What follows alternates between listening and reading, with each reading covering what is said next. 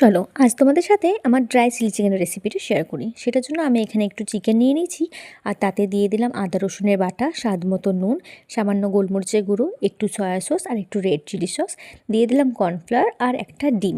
এবার এটাকে দিয়ে ভালোভাবে মেখে এটাকে ছেড়ে দেবো 30 মিনিটের জন্য।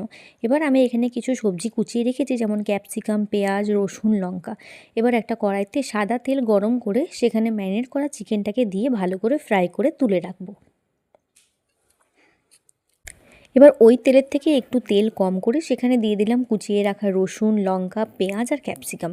এটাকে দিয়ে একটু ভালো করে নাড়াচাড়া করে ওপর থেকে দিয়ে দিলাম vinegar, soy sauce, green chilli sauce, red chilli sauce, একটু দিয়েছি শেজওয়ান সস, আর দিলাম টমেটো কেচাপ। এটাকে দিয়ে ভালো করে নাড়াচাড়া করে ওপর থেকে দিলাম স্বাদ মতো হালকা একটু নুন আর ভেজে রাখা চিকেনগুলো। ভালো করে নাড়াচাড়া করে ওপর থেকে দিয়ে দিলাম একটু হানি। তোমরা হানিটা কিন্তু স্কিপ করেও যেতে পারো। বাস লাস্টে একটু সাদা তিল ছড়িয়ে নামিয়ে দিলাম। এবার আমাদের ইনফ্লুয়েন্সার দিদি টেস্ট করে বলবে যে এটা খেতে ঠিক কেমন হয়েছে। ভালো লাগলে অবশ্যই লাইক করে পাশে থেকো।